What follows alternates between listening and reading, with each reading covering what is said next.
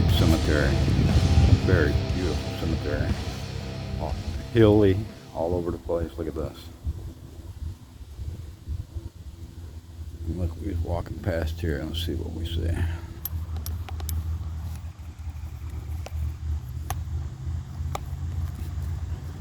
Right. That section right here with a lot of open space. Wonder if there's any graves there. This thing's a lot bigger than I thought it was. Pine Lake Cemetery, LaPorte, Indiana. Very cool. Look at this.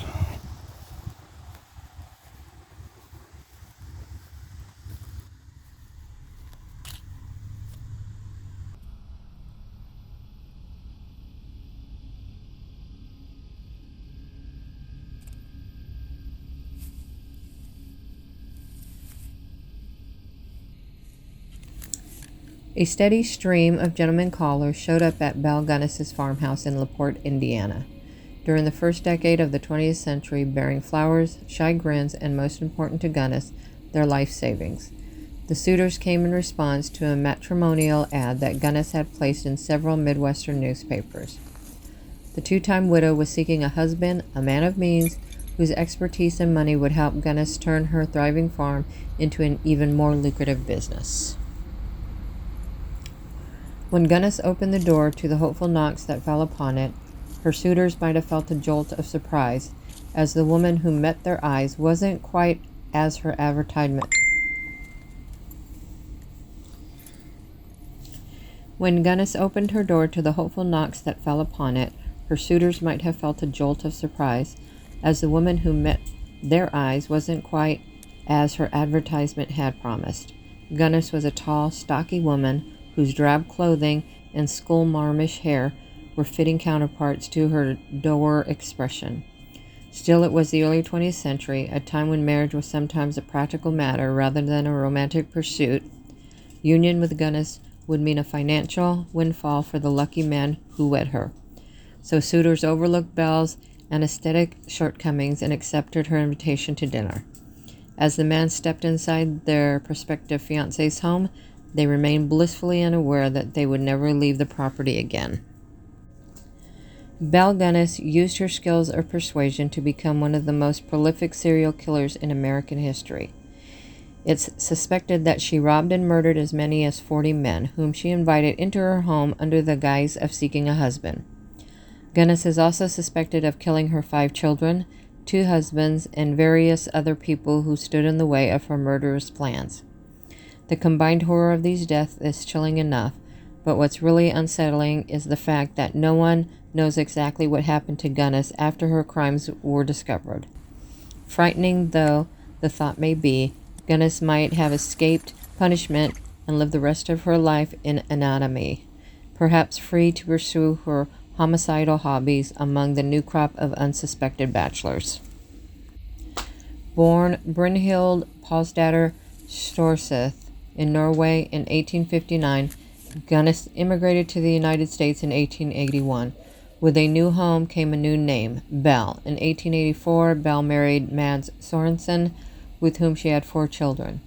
It was at a point when the specter of suspicious death made its way into Belle's life.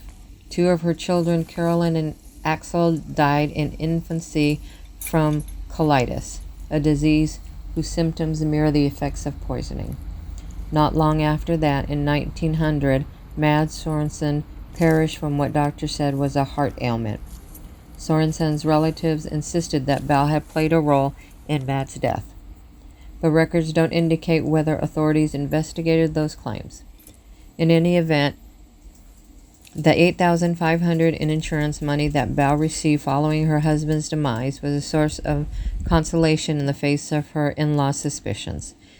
It was with this money that Belle purchased the farm where, in the coming years, her ill-fated suitors would spend their final moments. Shortly after moving to LaPorte with her remaining children, Myrtle and Lucy, Belle married her second husband, a widower named Peter Gunness. In April 1902, within a week of the nuptials, Peter's infant daughter was dead, having succumbed to a mystery ailment while in the care of her new stepmother. By December 1902, Peter himself had died, the victim of an injury he sustained when, according to Belle, a sausage grinder fell on his head. Once again, Belle received a sizable insurance settlement, and despite whisperers and suspicious neighbors, carried on with the business of running her farm as a single mother. Gunness was a savvy and formidable woman, and eventually decided that a third marriage, or at least the prospect of one, would fill her coffers even fuller. She created her matrimonial advertisements and entertained a parade of eligible bachelors, who saw the ad as their ticket to a stable life with home-cooked meals, comfortable living arrangements, and a thriving agricultural business.